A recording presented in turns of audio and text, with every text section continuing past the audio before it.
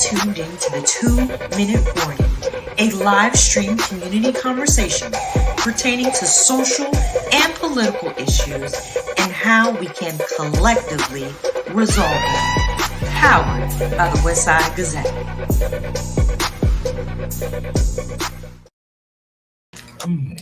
Good evening, everyone, and welcome to the 2-Minute Warning. My name is David Wright. I'm going to be sitting in for my dear brother, Mr. Perry Busby, today as a co-host for the 2-Minute Warning. And this show is brought to you by the Westside Gazette, the oldest, boldest, blackest newspaper in Broward County. And my dear brother, Mr. Bobby Henry. Yes, sir. Senior. Yes, sir. Yes, sir. Yes, sir. How are you feeling, my brother? I'm terrific and getting better. And, David, I missed you last week. I know you were taking some time off to relax and enjoy some good jazz. And we all need to take a break every now and then. So, but you're back. I'm black. I'm back. Yeah, you're black and back. And excited to be here tonight. We have a great show, Strange Fruit in a Poison Garden. I can't wait to dwell into this topic. But before we go there are just a few current events that I think is worth mentioning. Yeah. Well, what about our other host, Mr. Perry Busby? Oh, well, going from coach to coach. Coach to coach. Yeah. Well, first off, he's like a world-class traveler right now. Right about now, absolutely. But, he was actually, he was called home. He went back to his hometown to kind of revisit things, check in and see what's going on. And he's actually been called to serve. Called to duty. In this political arena back home in Beaumont, Texas. So he's... how can you say moderating? He's doing what he likes to do. He's doing what he's doing best, dealing with that political atmosphere, if you will. Oh yeah, absolutely. He's moderating NAACP event, the campaign event, in Beaumont. So we wish you all the best. We hope everything turns out. We hope your candidate wins, and keep us posted. We'll hear more about what's going on in Beaumont in future episodes. Absolutely. All right, what you got going on, man? Well, I'm just kind of, we've gotten past a lot of this rain. But if you ever lived in South Florida for any period of time, if it rains, the mosquitoes are coming. Oh, yeah. The mosquitoes are here. Now, we haven't heard about any viruses that they're carrying at this point, but you do want to be mindful. You do want to call Broward County if your community is saturated with those little tiny pests. They will come out and spray. Oh, yeah. So if you read the new Westside Gazette, there's some articles in there that will direct you to exactly what to do if your area is infested with it. Let's see how old you are. Do you remember when the spray trucks used to come by and, fumigating the whole area, and we used to run behind the spray truck in the spray? Run behind, bicycle behind, get our behinds towed up for running behind the spray man. I don't know. It was a way for us to have some fun. Have fun and get a little buzz, I guess, from the fumigation. We were just kids being kids. We didn't know any better. But on a serious tip, there are certain things you can do to try to squelch, if you will, this mosquito problem. Wear some heavy clothes, wear some long sleeve clothing if you're outside. Try to make your house as bug proof as possible by corking the little holes and putting stuff, in the crevices to keep them from coming in. And if you got a bird bath or a bucket where you're feeding the birds, pour the water out every now and then. Yeah, recycle it, and just be mindful of standing water anywhere on your property.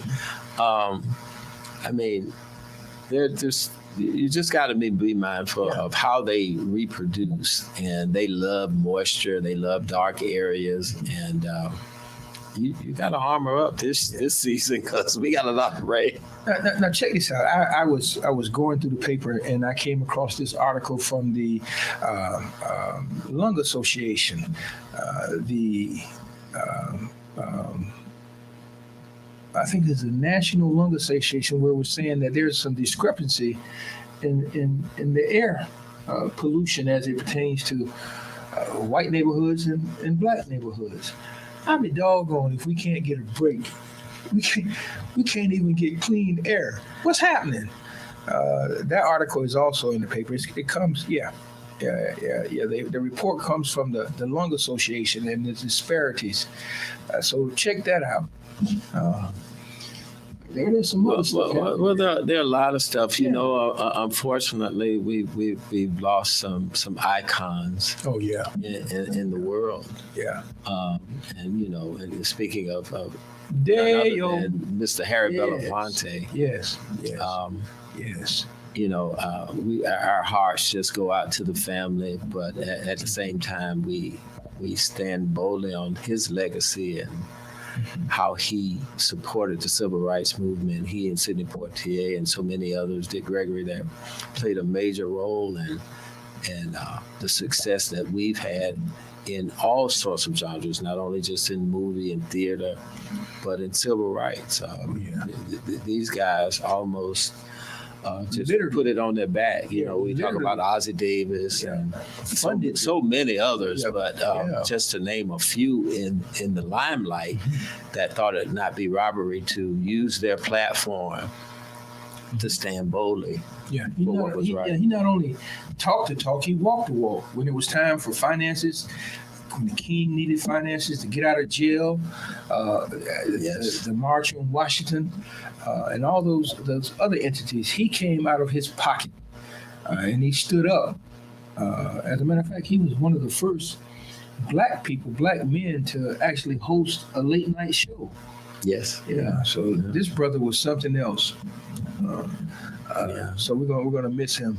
And here locally, out of Daytona, Volusia County, we lost an icon, one of the first black woman city commissioner in Daytona, Miss Freddie Clay Moore. She just passed at the age of 95. So those two, they were both icons in the civil rights arena. So we're gonna miss them. Leaders, yes. And we say we don't use that word loosely, but leaders. I mean, these were true leaders. Oh, yeah, these were true leaders. True leaders. The definition of what a leader is. Yes. I was posed a question, and that question was, should Clarence Thomas, does Clarence Thomas belong on the same Supreme Court bench? What's your thoughts? Should Uncle Clarence remain and the other Supreme Court Justice Roberts? Well, here's we live in a country where they say we have the best legal system money can buy. So apparently money has bought several Supreme Court judges. So I think it's important with his constituents that they really come together on this. Unfortunately, there are no laws in place to hold them accountable, so to speak, for them just doing what they think is okay and not reporting, handouts. I'll keep it kind of clean, kind of simple. I'll say handouts. When all the other justices in other levels of the court have a duty to uphold when it comes to that. So, what makes them different? And that question is going to continue to be asked. I think we need to continue to put pressure on this topic, not just because of Clarence Thomas, but for all Supreme Court justices, because you're at the top of the chain, and obviously you're going to be sought after. People are going to try to buy you off, and there has to be a separation there. It has to be. You made a statement that was very profound. That America has the best legal system money can buy. Well, absolutely. That might be a segue, just to bring in our guest, or do we want to talk a little bit about Robert Runcie and our former superintendent who was charged with perjury? That charge is now dismissed. So our brother Runcie, he said at the beginning, when he was first brought up on those charges, that he would be vindicated, that he had not done anything that he was accused of, perjury. And obviously, the judges agree. His charges was dismissed. I'm just hoping that he can not just be exonerated, but maybe get some type of compensation for those false allegations. I think he might make stop people from playing these type of games. But no, as well as like we were saying, even with the justices. It's a great segue into the show because the topic today, Strange Fruit in the Poison Garden, talks about the ills of our justice system. Before we go there, what about Ronald Dion DeSantis and his fascist movement with this Death penalty. Yeah. What about that? This we no longer. We no longer need a unanimous decision to take somebody's life. Yeah. So, well, again, political pressure. I see the winds. They kind of go with the winds of the day, and there was pressure, I think, put on him on certain cases here recently, where the sentence didn't go as some. Well, let's talk about that. What case might that be? Well, obviously, there was a case here where a person killed 17 individuals and a young boy. Yeah, and apparently most people felt like he should have gotten the death penalty and that he shouldn't have taken a full majority to. Well, now I disagree with that, and I know we had a conversation earlier. Is that was a kind of touchy issue? Yeah, very touchy, very touchy, and very sensitive. I've never lost. Well, I did lose a loved one to gun violence from the police, so I can understand. But what this man is he's actually taking it out of the hands and just somebody who is disgruntled. So. And that kind of knee-jerk reaction to me, it most often affects Black people in the long run. Okay, so that's just my opinion on that. If I understand that there may be people that are disgruntled about what happened then, but in the long run, it usually impacts Black people the more. And historically, we have been charged, found guilty, and hung, killed. Yeah. And here's another thing. Let me say this. Attorney Johnny L. McCray Jr. wrote an excellent article, and for those who need some clarification or some clarity to exactly what Ronald Dion DeSantis is doing, read Attorney Johnny McCray's article on the problematics of this decision that the governor made. One of the things that jump out to me is the fact that there have been several individuals released from prison because they were not guilty. Now, if this quick to rush to execute somebody, 9 times out of 10, it's going to be more black people than anybody else. So we really need to read that article and let's bring our guests on, because they got a very interesting documentary that addresses the history of this. Why don't you go ahead and have the pleasure of bringing our guests on? Okay, I'll give it to you short, and we'll do it like this. Our next guests are a husband and wife team who have been on the forefront of civil rights and trying to find a way to right the wrong that has been done in this country. And they have chose to do it not only from a legal standpoint, from a courtroom of which Mr. Chris Mancini has been a part of, and his wife from a arts perspective to film. She herself has been involved with documentaries on PBS, Crime and Crime. I think that was the name of the series. But let's bring them on, Chris and his wife, Evelyn. Hi, guys. Okay. We're there. We're here. We got you. All right, there you go. There you go. So good Hello. evening. Hello. So let's start off. Give us. Now I know this documentary has won several awards, but can we just get an overview from you both? What made you want to do this? How did you go about doing it? And where are we right now? Well, okay, good evening. Well, Chris, because of his background as a former U.S. prosecutor, having a long experience with the crime, history, he has so many files, stories to tell. And when I joined him in this journey, reading all the stories, he decided to put together the stories about real true stories about these three incidents that happened in the courts in South Florida. We tell these three stories, but we know there is so many that we would like to bring to light.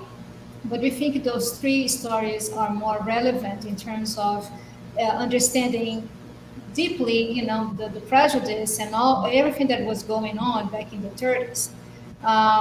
First, to today. Now, so the meaning of all of this, which we started with the stories back in the 30s, and then what happened over there is still happening today. It's just in a different form.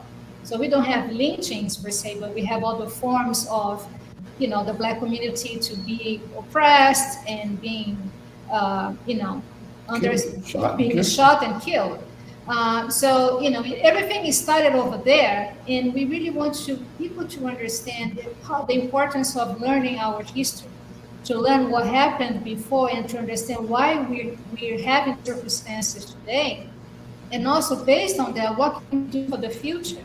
How can we transform? How can we change that? So that was our main intention, let's put it this way. And then the format, first we thought of doing as a play. But while doing it, I myself thought that it would bring more to life to see the expression and understand better in a film format as a documentary. And then in this way we can achieve going to other places, because on the play, we have performances, we have a troupe to bring, and sometimes it's difficult to find a venue that we can put all the play together. But with the movie, with the documentary, today with this technology that we have, we just have to plug in the laptop, and we can grab a number of people that can watch it. So then we decided to have this as a documentary, and things were growing.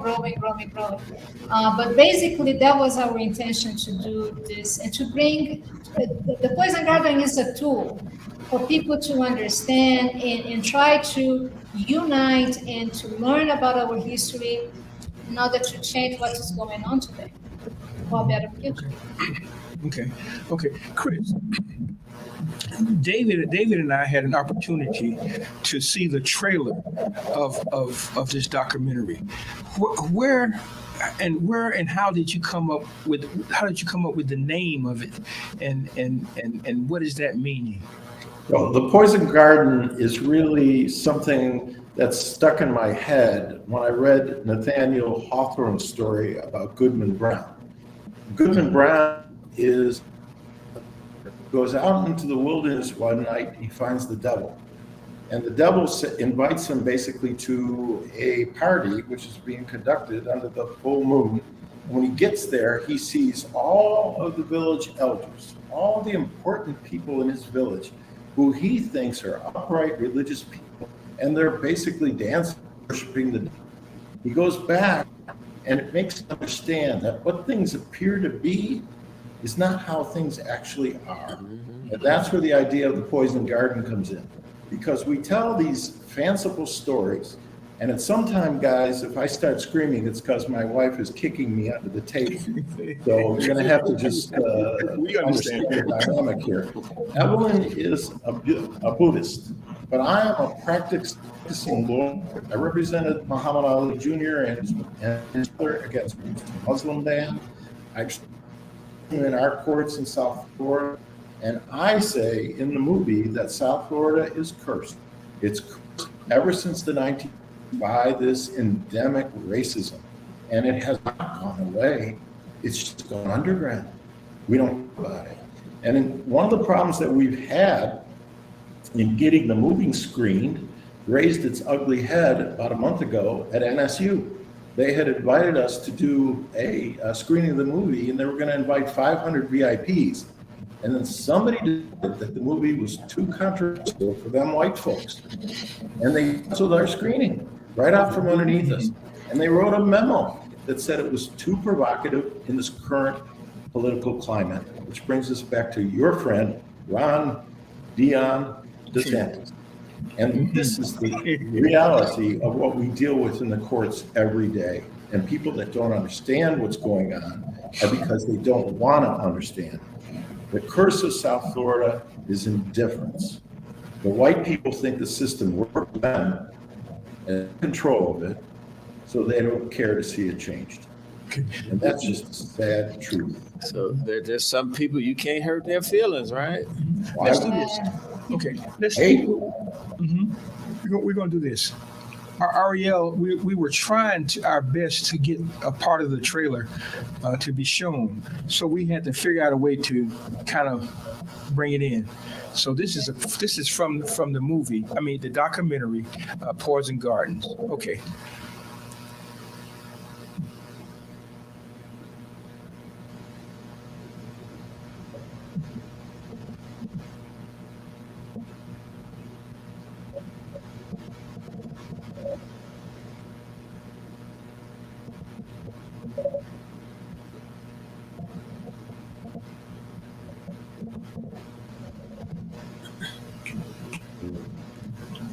I see we're having some technical difficulties. Okay. We're experiencing some technical difficulties. Let's hold that thought right We'll there. hold back. We'll come back. Hold back. We'll visit that when we can get the audio up on that. Yeah. Okay, now we're going to hold right there, and you want to bring Amy on? Yeah, I think we should. Yeah. I think we should. We're going to bring our next guest on, and we're trying to do this. We want our viewers to understand and try to go along with what we're doing. Evelyn, we're not film producers, but we're trying to set a stage and see if we can get to where we need to be. You guys are dealing with the Poison Garden. Okay, our next guest, Amy Povah, is an activist. She's also a filmmaker, and she has herself been exposed to our penal system for something that's so ridiculous. But anyway, so she knows what it feels like to be in that poison garden. So if we can bring Amy Povah on, we've had her on before as a guest. She's a remarkable woman, and she herself, I said, is a filmmaker. We're going to show a part of her film and see if Amy can join us in bringing this together. This what has happened and with the clients or the people she deals with in this arena. Can we do that, Amy?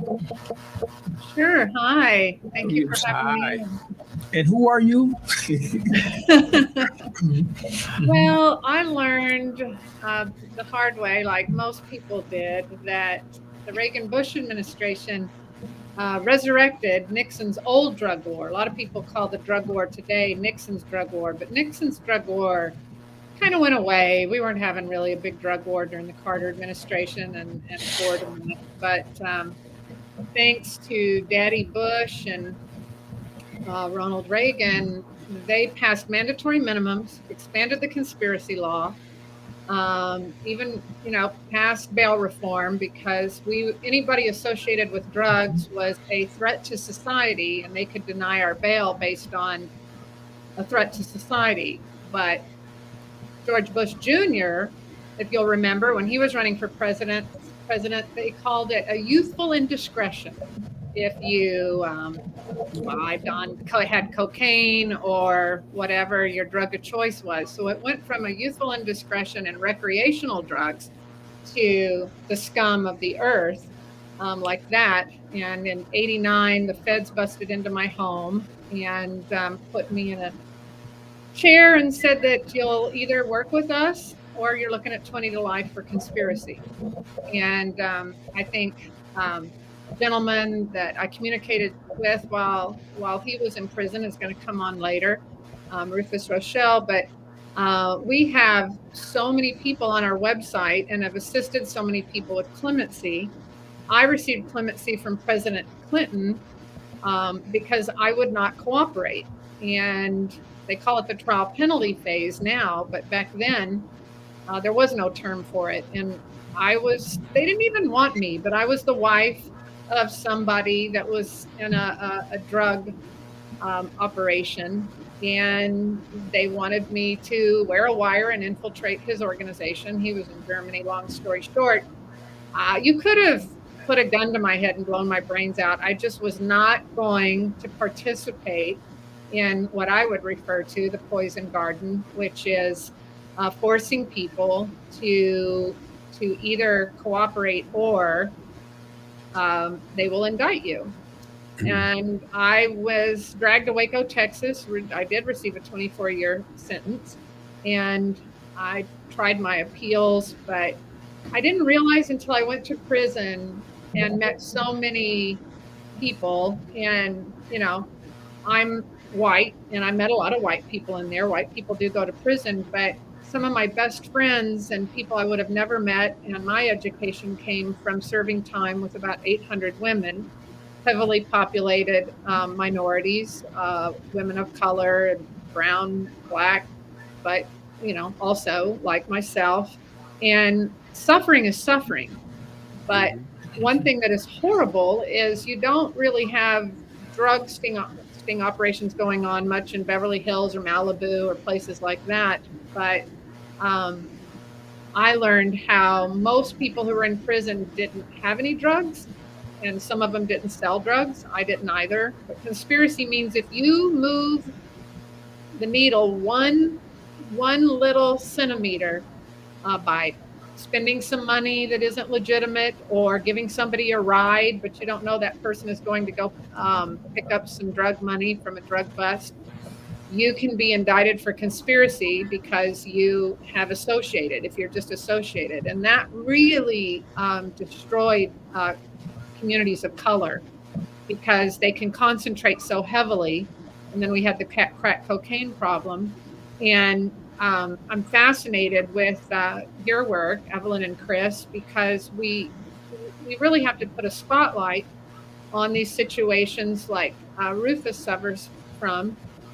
And just very briefly, I just want to, just because there's so many people and families I deal with, Tracy Fagan, black man, life. Terrence Cole, black man, life. Daniel Longoria, 30 years for pot. Pedro Marino, life for cannabis. He's been in for 26 years. Early Deacon Barber, black man, life. There's just all these. Eric Carr, 25 years. Alex Garcia, 30 years, pot.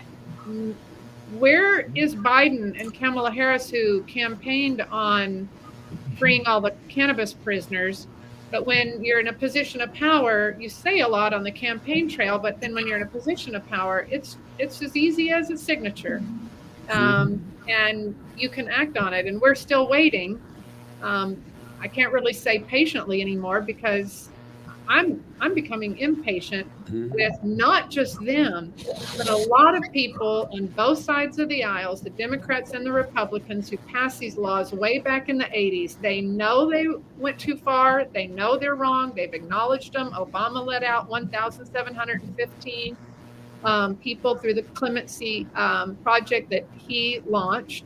They know these are wrong, But what are they doing about it? Nothing right now. Nothing. Okay. I know you want to bring in Rufus, and I don't want to step on his time, but I just want one thing, Amy. South Florida leads the nation, Broward County in particular, in convicting people of color for murders and other crimes that they have not committed. Now, we have a new state attorney. He's black. He's a conviction integrity unit. He's using it.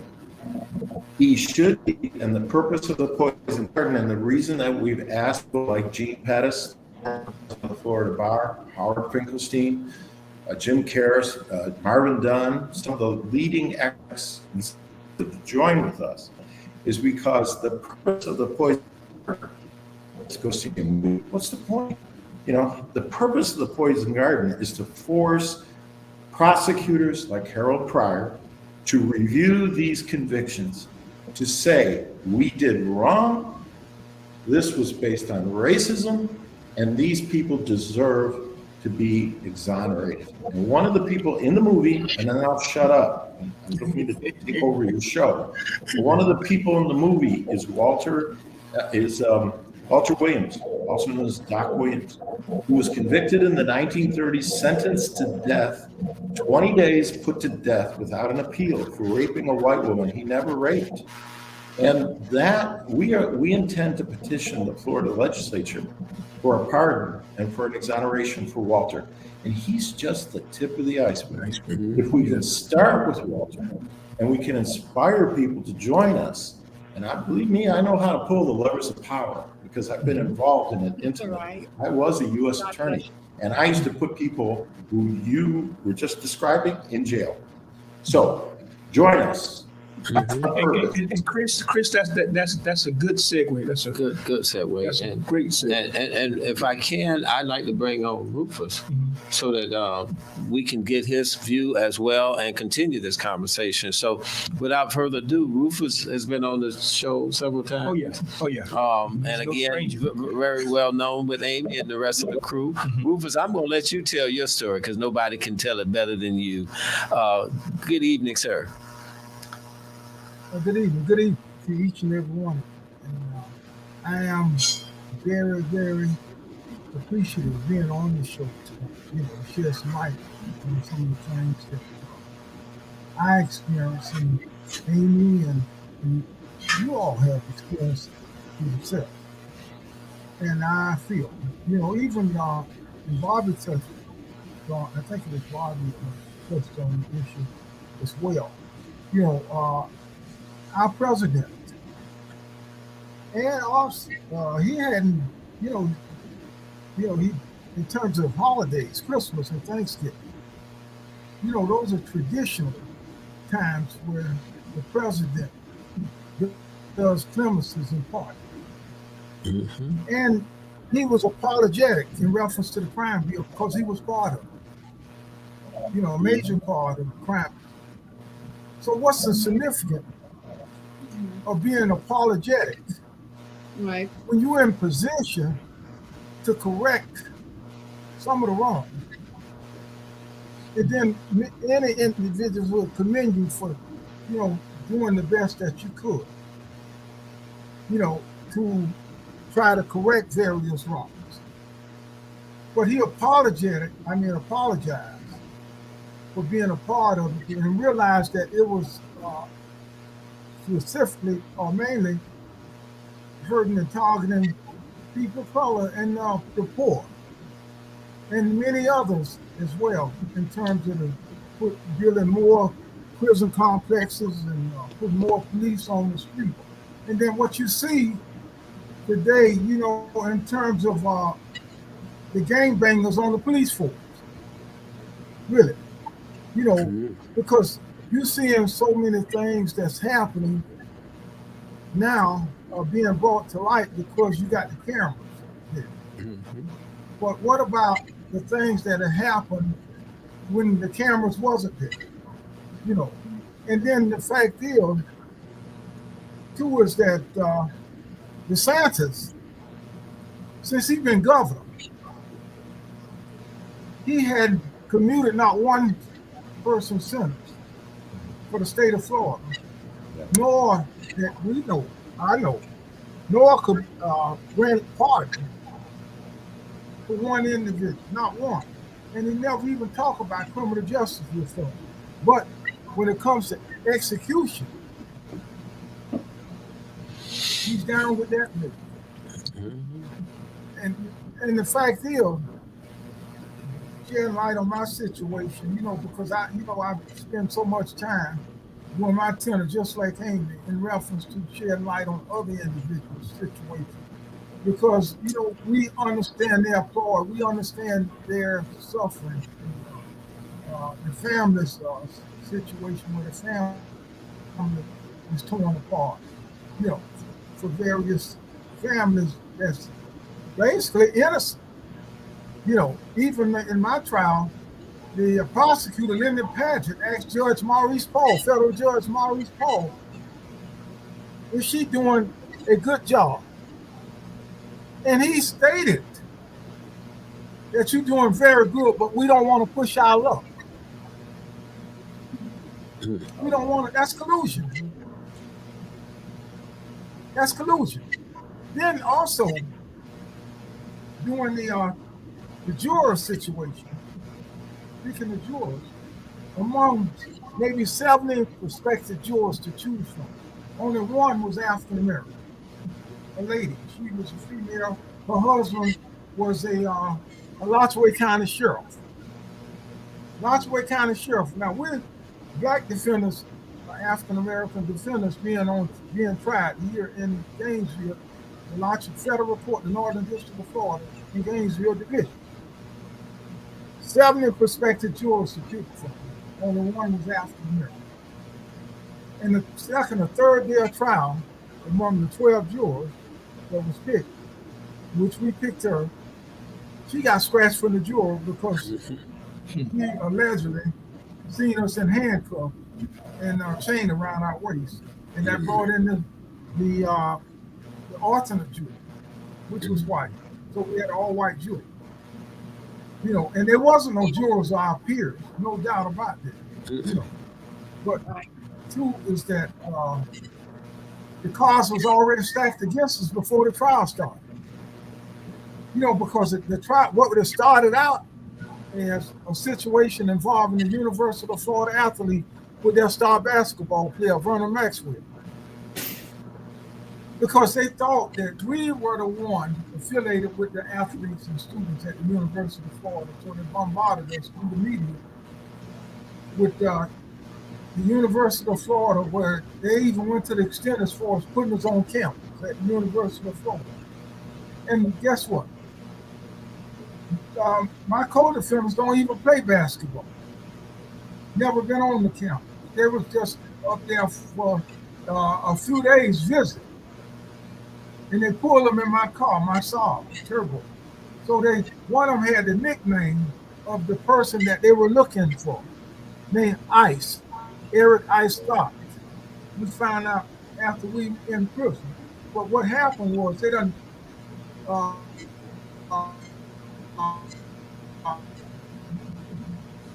Okay, Rufus, you're freezing up, so that's probably a good way for us to come back.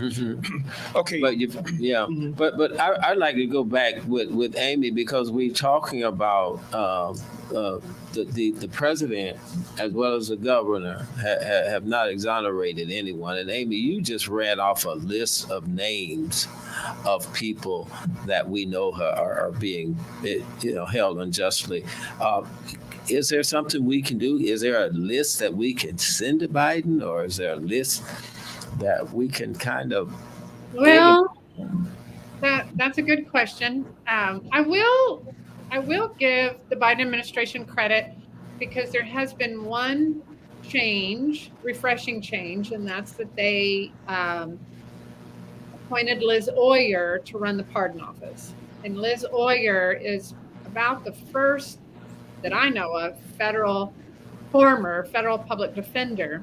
It always used to be kind of run by bureaucrats or former prosecutors. And the Office of the Pardon Attorney is literally inside the Department of Justice. And it used to be a black hole. You would send stuff in. You could never communicate with the pardon attorney. The pardon attorney and the staff never reached out, never contacted anybody to see whether any of the information that we would send in there, like your release plan, you never heard them ever contacting a family member and saying, is it true that this person will be living with you? So it was just a black hole. And Liz Oyer has been willing to meet with us advocates. I just got back from DC. She threw an event for Second Chances Month, and she had a woman that I served time with, Danielle Metz, and Kevin Polite was the U.S. attorney out of Louisiana. And he wrote a letter. She had 3 life sentences. Black woman, one of my dear friends that I served time with, 3 life sentences plus additional time, and I think another 50 years. And he wrote a letter and he said, Danielle is not a threat to society. She was just a wife who left her husband. And after she left her husband, he was involved in the drug trade. They busted into her home when she was living with her mother and gave her 3 life sentences, again, because she wouldn't cooperate. But right now, Liz Oyer is open to allowing us to communicate with her, and that's helpful. So any letters that anybody would want to write supporting clemency for anyone that's on the Can Do Foundation list. We have a Dr. Trotter who is a wonderful Black man, loved in the community, from Detroit. He inherited his father's medical practice. His father had a heart attack young, and he wasn't billing anybody. Somebody else was doing the billing, but because somebody used the wrong code, he's serving 15 years in prison as a first offender, and he's a doctor. All he wants to do is help people. And I communicate with him. I was just communicating with him today. And during COVID, he's helped so many prisoners on the inside. He saved a life. And also, they even get angry with him when he tries to practice inside to help people because there's such bad health care. But Dr. Trotter had even been to the Obama White House, and he's serving 15 years for a coding error. We are throwing people away as if they're pieces of trash and locking them up and building prisons when these people are they're not a threat to society. So what you can do, and anybody can reach out to me through the Can Do website if they want to get involved, is to pick somebody out, write a letter, a supportive letter, and we have helpers on, do's and don'ts. You don't try to say the person is innocent or whatever. The Office of the Pardon Attorney presumes guilt because you've already done all your appeals. And unlike the documentary that Evelyn and Chris have done, which is amazing, and we need more of those, you can't get exonerated for federal prisons because of DNA or anything like that, like these state cases. And so by the time you go to the Office of the Pardon Attorney, you're kind of hat in hand. You have to, say what your role was and express remorse. Then the prosecutors have last say. So you're actually writing because the Office of the Pardon Attorney gives a favorable or unfavorable recommendation, and then it goes over to DOJ, and your prosecutor reads what you wrote, and your fate is in the hands of the prosecutor. And then they decide which ones go over to the White House. So it's a very difficult juggernaut to have to worm through, but that's why we need more documentaries. Can I offer a suggestion? A concrete suggestion? Chris, real quick, I just want to let you guys know we do have a chat. So if there's information you want to share with the viewing audience, go ahead and put it in the chat, whether it's a website or a link or something to that degree. Go ahead and put that in the chat, okay, Amy? I'm sorry, Chris, go ahead. Okay, Amy, again, to me, everything is nuts and bolts. I've spent 48 years in the criminal justice system, and I admire what you're doing. But let's face it, this is a politically highly charged system. In order to get the attention of the politicians, you have to wield a voting bloc. You have to make it matter to them. Otherwise, you are completely at the mercy of the bureaucrats in the system. I was one. I know how it works. My suggestion to you is that you find a way, maybe by joining forces with us, to take these issues to the public, funnel them through public interest efforts like our movie and the movie that we're going to do in the follow-up, and then turn that into something that poses a threat to the politicians so that they're forced to respond to it. I understand perfectly how the pardon office works. I understand perfectly how the United States Attorney's Office works. Politics play a role in the United States, and this is the key thing where you need to be. Going to bed with your hat in your hand does not work. You have to have leverage. So my advice, join us and eminent group of people that conduct themselves in our panel discussions every time we do a screening. We are on a track to be nominated for an Academy Award in the documentary features in this next cycle. And that, I think, is the secret to getting something done. We need the support of the public, and you have to take it to them in some manner. Otherwise, you're just another voice in the wilderness. I'm sorry to say. Okay, and Chris, this is a good point, a door for me to walk through right now. As it pertains to the documentary, what is transpiring now? I know we talked briefly about something that will happen in September. We're working on that. But what is the most immediate thing that is happening with the film, and how can we get our viewers involved with it? I know that once the documentary is shown, there's a conversation afterwards. And as I was saying to you, I think we need to have real people. I know you got that gentleman. I know, and we're working on trying to get Sidney Holmes, who was just released from prison for a crime he didn't commit. But we haven't gotten the okay yet. We're working on that. So what are the next steps for you and Evelyn, and what you're doing? How can we get involved? Well, first of all, we have won now 7 Best Documentary Awards, and we're finalists or semifinalists in 8 more. So every time we screen the movie, and the next screenings of the movie, and Amy, I'm going to invite you to come to attend these. The NAACP in Miami is now taking up our cause. And we have a screening on the 19th, the day before, Juneteenth is celebrated in Texas, but the 20th, as we know, is Florida's date. So on the 19th in Miami at the African Heritage Cultural Center, we're going to screen the movie. We have screenings now that are being sponsored by the Miami-Dade Public Library System. Screen the movie at every location of adequate seating. We have booking dates coming up at our cinema and FIU, other schools that are not prohibited from showing the movie because of Ron DeSantis' woke act, okay? Any other school, including UM, the rest of them, they're all going to be doing screenings. Every time we do a screening, people come up to us and say, can you help? I have a friend, I have an uncle, we know somebody that could use this help. We add them to the list and we assign them to someone who sits on our panel, an academic, an attorney. Howard Finkelstein, the former public defender, brings a whole group of people with him. So again, to me, the whole purpose of this is to translate talk into action. If there's no action, this is just a waste of time.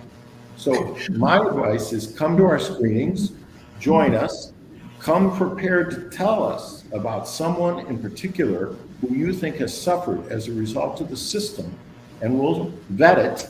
And if we think it's worth our time and trouble, we'll add them to this growing pile. The movie continues to win awards. And as we march towards a possible Academy Award, we are going to really begin to see a discussion about this. I think we'll eventually end up on Netflix or one of the other streaming services. And that's when you really get the flavor of what's going on and how committed these people who are in the system, who spent their whole lives in the system, are willing to lend their time and effort to bring about real change. Let me say this, Chris. Let me say this. Amy, are you still in California? Are you? I I'm in California and Arkansas. I inherited my mom's home when she passed, so I'm in Arkansas right now. Okay. One of the viewers asked this question, and she says, and she said she, meaning Amy, anyone reached out to President Obama since he's been away from the White House? Well, interesting you should ask, because there's, I don't know how I would refer to this, but someone on his committee for the Obama Museum actually reached out to me because we went to the Obama White House 3 times and engaged in a clemency summit. And then I also would do vigils in front of the White House. I've done them through 4 different administrations.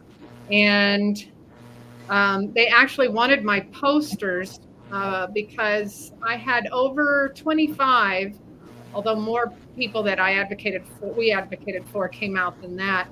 And they want to put, I don't know whether they'll end up in his museum, but they wanted the posters that they knew I had held up in front of the White House that he had also granted clemency to, because I think they're trying to do something in his museum of the individuals that he set free, and they knew that I was very active in that. So I did send them on. I don't know. We'll see whether they're, but I have not communicated, to answer your question, with President Obama, but I know that Susan Rice has been part of the Biden administration, and there have been a lot of people in DC. Many are my colleagues that work in clemency. Cynthia Roseberry was the head of Obama's clemency in 2014, and I was just with her in DC, and they have all asked to meet with someone with the Biden administration to talk about this issue. And so far, we haven't been given a reception, although the Biden White House counsel was talking to us at the beginning of the Biden administration, but those individuals have since left and been replaced by other people. Okay. But Liz Oyer has done a good job communicating with us. I will say that. Okay. Let's do this. We're going to lighten up a little bit. I want to show, we want to show a little bit of your documentary from some years gone by, 420. If we can we have a little bit of that, Ms. Ariel?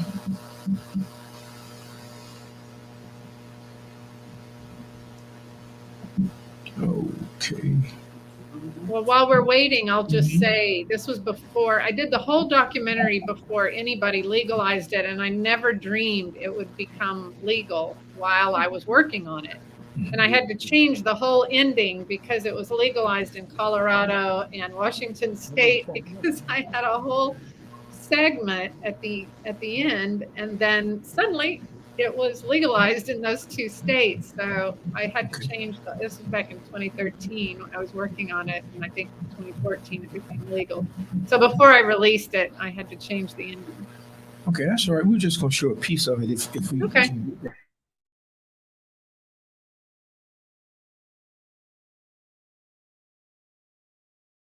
It is not Christmas, it is not Thanksgiving, it is April 20th, and to most people that means nothing.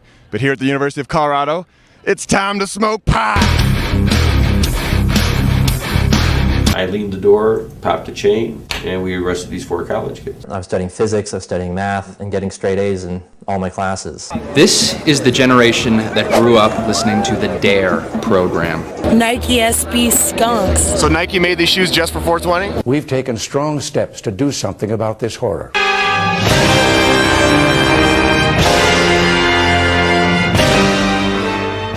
And what does 420 mean? Do you have any idea why the significance of 420? I don't know how this day was chosen. Nobody knows the real story.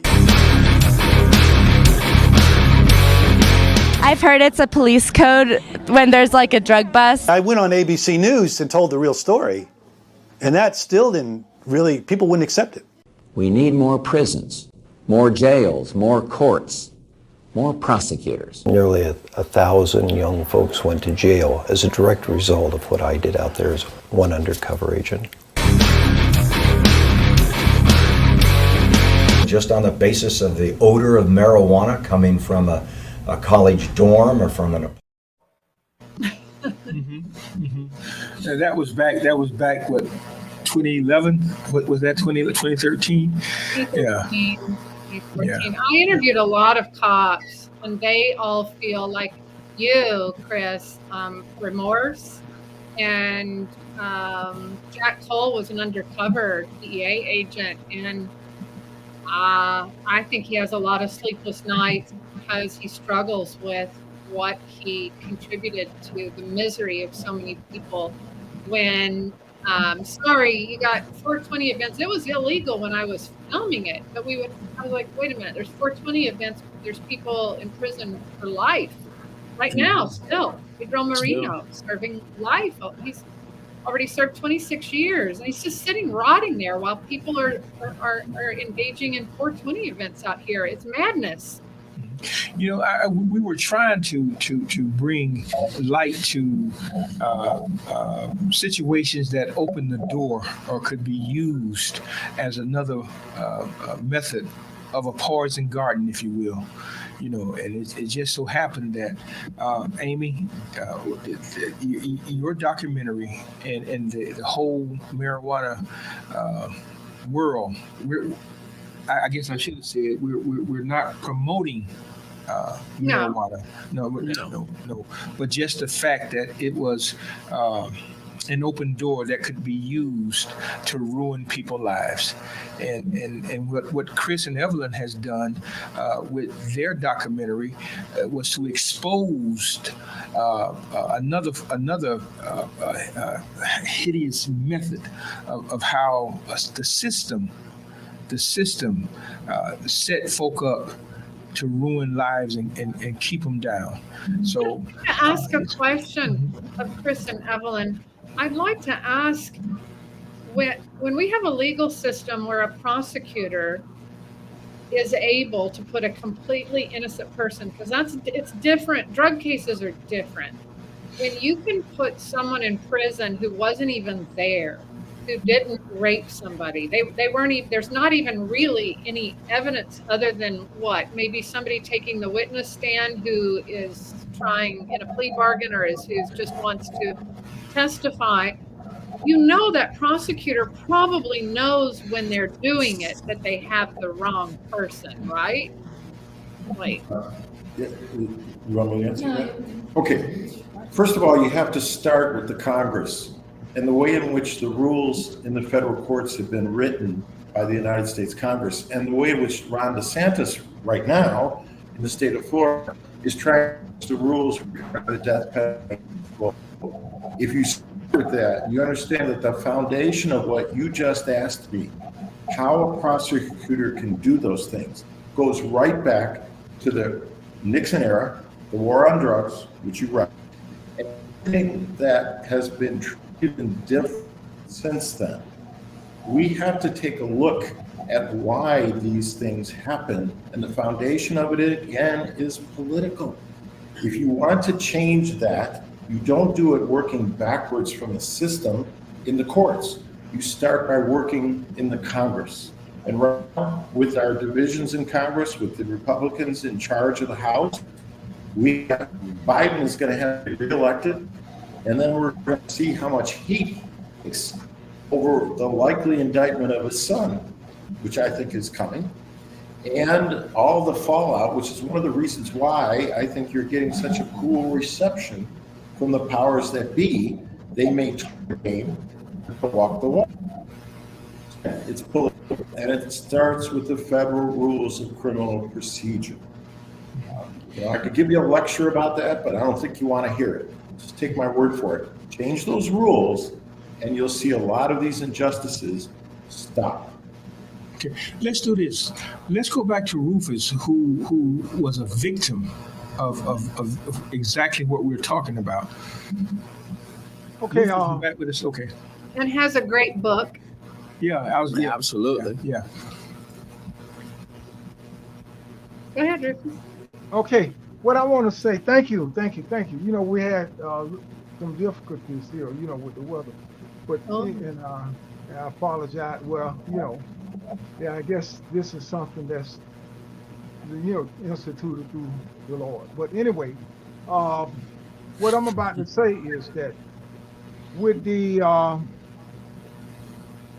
with I was a law clerk in prison for like 22 years, and I was able to do things that many lawyers can't do in the federal court system. That's true. And individuals ask, "What is that?"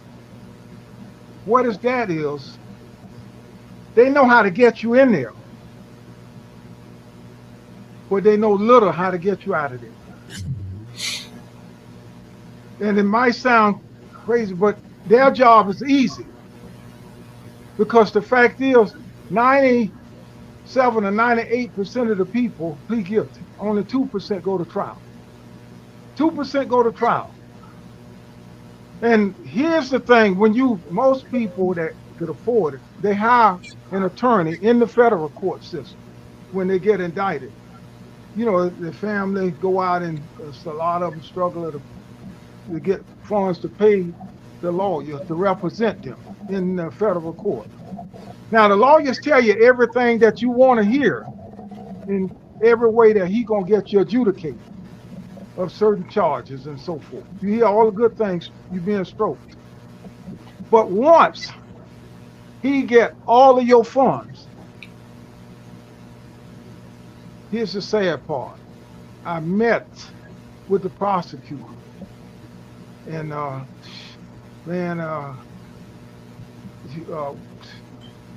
they feel the best option is to take a plea to the conspiracy charge in the drug case, conspiracy charge.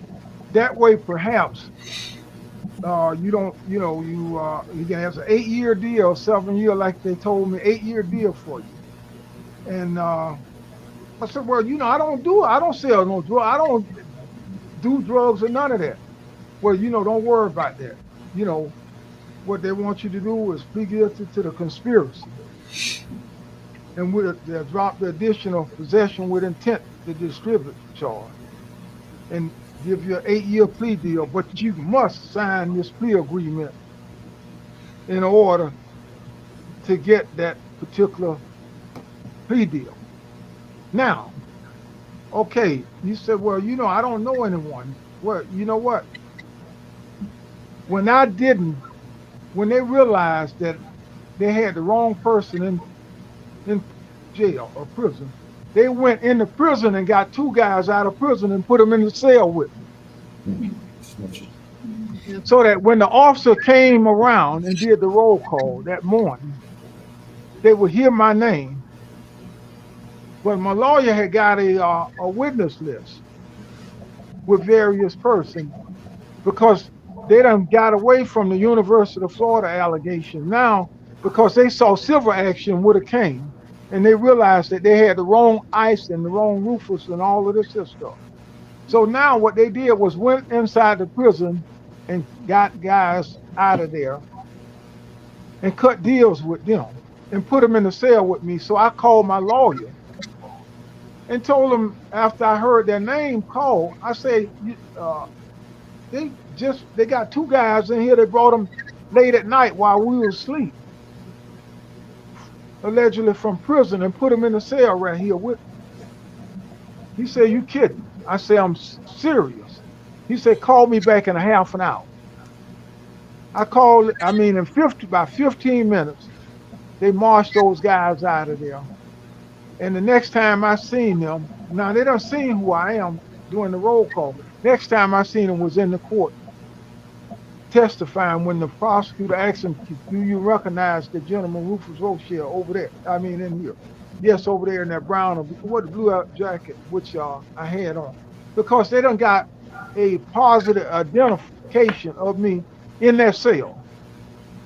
And this is what they do. And then the prosecutors come to the jail and get us witnesses out of there and debrief them and let them know every single question that they're going to ask them, and inform them that they won't get them for contempt of court or perjury, because they don't purge their witness, and they don't get them for contempt of court unless they don't testify. And so therefore, the odds are against you in there because the fact is, the only one at the grand jury when they indict you is the government witness, which is the prosecutor witness. No defense witnesses are there. And then he has all the advantages in the court when you go into trial. So what happened is the judge went to the extent during the, in his jury instruction, he instructed the jurors that they could only find us guilty within the 50-gram range in his instruction. And I got the jury instruction. The indictment alleged 50 grams or more with range also. And the verdict form, which the jurors checked, understand me, which they checked, the verdict form, they checked guilty of 50-gram range. Now, the jurors are not present during the sentencing phase. Let me show you, I'm not, because they can't bamboozle me. The jurors are not present during the sentencing phase in the court. There's a reason the jurors are not present. Had the juror been present for what I was sentenced for, the jurors would have clearly stated, this is not what we found this gentleman guilty of. 24 kilos of crack cocaine. And the punishment for crack cocaine was 100 times more severe than powder cocaine. 1 gram of crack, it took 100 grams of powder to get the same punishment. Right. And 92% of the people that was in federal prison for crack was black. So now, here's the thing, too, is that I'm sitting in there for ghost drugs. It's in my book, Ghost Drug. And even their own staff was asking me, why are you here? I did more time than a serial killer. Everything that the judge told the jurors that they couldn't do, he did. He did that and beyond. And so how can you get justice in a federal court? If you can't get justice in the court, the high court, you definitely not going to get it in the lower. Really, because Rufus, you said something earlier too that said you knew more how to get people out of jail than most prosecutors. So you were talking about your time in the law library. But we're getting near the end of the show. But your story is just so impactful, man. We do want to hear you. So if you can kind of speak to that and then in your own way, and summarize your closing statement, if you can. Okay, what I'm saying, I want to clarify this in closing. What I'm saying is, the lawyers is not interested in the post-conviction era in terms of how to get you in there, because the damage is done by them in terms of being ineffective. Because in the trial court, what all is not objected to during the trial proceeding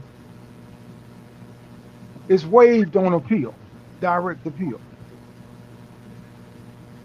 And so most lawyers is not going to challenge another lawyer when it comes to the ineffective assistance of counsel era. And then they see that as no funds in that part of it in terms of getting you out of there. And it's easy funds in terms of putting you in there, because in terms of frightening you into pleading guilty, because what happened is most people, as I spoke with, they pled guilty while they got a high ratio, conviction ratio, because most people plead guilty not because of 90-some% is guilty. It's because the fact is they are frightened and intimidated and frightened into pleading guilty, because when they tell them you're going to get 30 or 40 years of knowing this judge, he gives you a life sentence or 2 life sentences, and go after your sister or brother, whatever they is, or your mother. They frightened into pleading guilty. And that's what gives them a high conviction ratio. And then the fact is, I want to say this and I'm close. 2 is that if I'm sending my brother or my mother money, which they don't have the slightest idea that I'm involved in the drug, I'm sending them money and they stay in one state and I stay in the other state.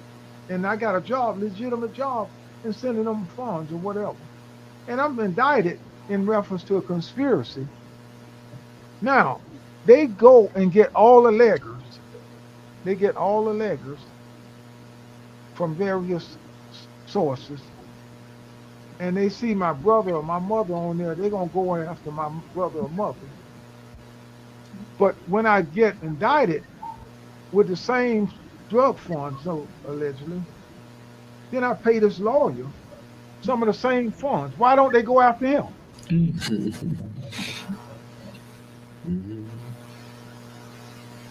So therefore, that's why many lawyers can't practice in the federal courts today, because the fact is, if you don't go along with their system, you're going to fall down with the system that they got me on. And I have been in prison and lawyers gave me work to help their certain person because they didn't know how to get various people out of there. They didn't know anything about post-conviction lawyers, and those were supposed to be good criminal lawyers out here. But they knew nothing about how to get you out of there. And that's my closing. Okay.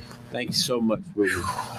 Hey, Amy, we're going to go ahead and go to you. Any closing remarks? Well, I think it's time that we all do a little soul searching. And I think that we're living in times where people in a position of power are trying to sow division so that we're all arguing with ourselves. But I think it's time to stop being loyal to a party that's not loyal to us. And I don't care if you're left, right, or in the middle. I'm not really a political person. I watch politics and I like to see what's going on and be aware at all times. But I think we've gotten closer and closer to a system of abuse by those who are in a position of power, no matter whether they're on the left, right, independent, whatever. And we have to hold them accountable. And the only way to do that is for all of us to show up, as Chris and Evelyn have said, with their documentary, do things that are tangible and put our voices, get behind their film. Let's all show up and demand change. Absolutely. Evelyn, Chris, any closing remarks? Well, first of all, thank you for having us here, and nice to meet, Amy and Rufus. And it is important to know the stories, this kind of stories. And it's so unfortunate that we have a documentary that we talk about certain stories that happened back then, but it has a consequence to today's day. And one of the things about the movie is really bring this awareness of this abuse of power that Amy was just talking about. And I noticed that somebody just on the chat says elections have consequences, and it is so true. So one of the things, one of the intentions about our movie is to really bring this awareness, especially to the young people, of the importance of knowing what's going on in our times and know how to vote. I'm not a political person either, like Amy, but we're talking about our lives. We're talking about human lives, how much everything can be affected by it. So if we don't know how to vote and who is in charge, we're going to be affected by it. We're going to have consequences of it. So the Poison Garden is really a tool for all of it. And we hope to bring that's the most important. We're just tired of turning the TV and stories and shooting here, shooting over there. I mean, things are getting out of control, and we have the power in our hands to change something, deeply. So that's the most important thing. I think we all need to get together, for this. Oh, I'm not saying anything. I know to shut up. I know when to shut up. No, Chris, really, anything you want to add? No, first of all, I echo what Evelyn did say. Amy, I admire what you've done, and Rufus too. And as you're talking, Rufus, man, I hear your story. Brother. I hear what you're saying. So many things I would love to sit down and talk with you about someday. That's all I can say. But there are people out there that care. They really are. They just don't know what to do. They don't know what to do. But we did the move. How? Absolutely. And we pray that's going to bring awareness and action. Thank you guys so much. My brother? Yes, sir. I hear you have something you want to share with us. Always. I do. And Rufus, we go way back. And I still keep your letter that you wrote me about your pardon. I keep that. And Amy, it was a pleasure meeting you face to face in my office. And I shall not forget that. The Can Do Foundation. Foundation. We gotta push that and do something with that. Chris and Evelyn, when I met you on the night at the church, I immediately told David, I got to go down there and meet these people. I got to. So we're not done yet. Okay. Right. We still got work to do, and we're working again. I told you, we do have an event scheduled for September. We're getting it scheduled for September, and I pray that Rufus and there's another gentleman. Daryl Hope. Daryl couldn't be on the show tonight. Daryl is in Nashville. But between Daryl and Rufus, we won't stand a chance to talk, Chris. So we have to, but they both have a remarkable story to tell and a testimony. And we're still trying to get Sydney Holmes. And Rufus, I don't know if you know Sydney or not, but if you do, we need to get to him. I spoke with his attorney. They were out of town for tonight. However, I will see if he will call back. If he doesn't, then we have to allow the street to get Daryl to come to us and be a part of this because it is needed. Okay? And I do want to say this. I want to read something from one of our legends who have gone on, and her beautiful voice with a flower stuck behind her ear. She sung this song, and it's called Strange Fruit. So from that poison garden comes strange fruit. Rufus and Amy, you were a part of that strange fruit. Even though Billy is talking about black men and black boys being hung on trees, she said, Southern trees bear strange fruit, blood on the leaves and blood on the root. Black bodies swinging in the southern breeze, strange fruit hanging from the poplar trees. Pastoral scenes of the gallant South, the bulging in eyes and the twisted mouth. Scent of magnolia, sweet and fresh, then sudden smell of burning flesh. Here's a fruit for the crows to pluck, for the rain to gather, for the wind to suck, for the sun to rot, for the trees to drop. Here's a strange and bitter crop. So, with all the injustices and all the pain that we suffer, even though our necks have never been in the noose, we've never been behind prison bars. But for us to galvanize our forces to try to free those who are wrongfully convicted, persecuted by racist systems, it's up to us, those of us who call ourselves free. Ain't no man free until all of us are free. Yes. So I pray that you continue in the struggle, and whatever we can do to join in the struggle, please count us in. Thank you so very much for joining us. And let's do this again. Thank you, Bobby and David. Thank you for your show. Amen. Thank you, Amy. Amen.